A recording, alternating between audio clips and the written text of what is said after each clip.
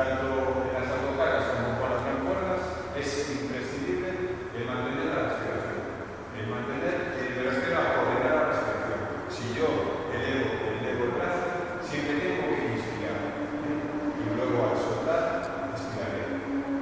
Nos tenemos que acordar siempre de eso. Inspiro y expiro. Si estoy boca arriba, igual. Inspiro, expiro. Mi movimiento es de abdominal. Cuando voy hacia arriba, inspiro. Y cuando bajo, expiro. ¿Entendido? ¿Vale?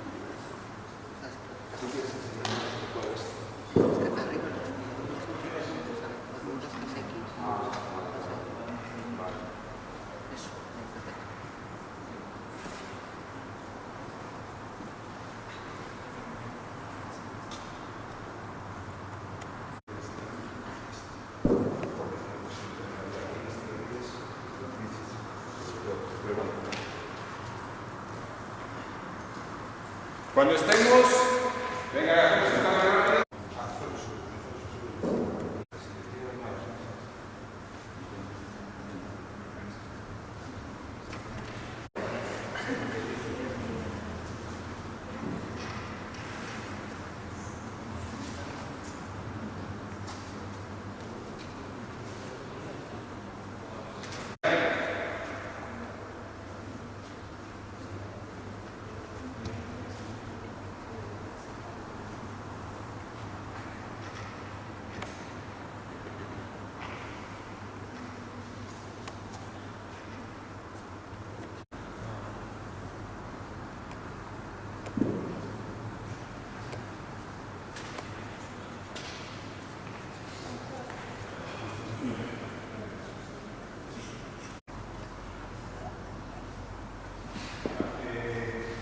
Hacemos el cambio.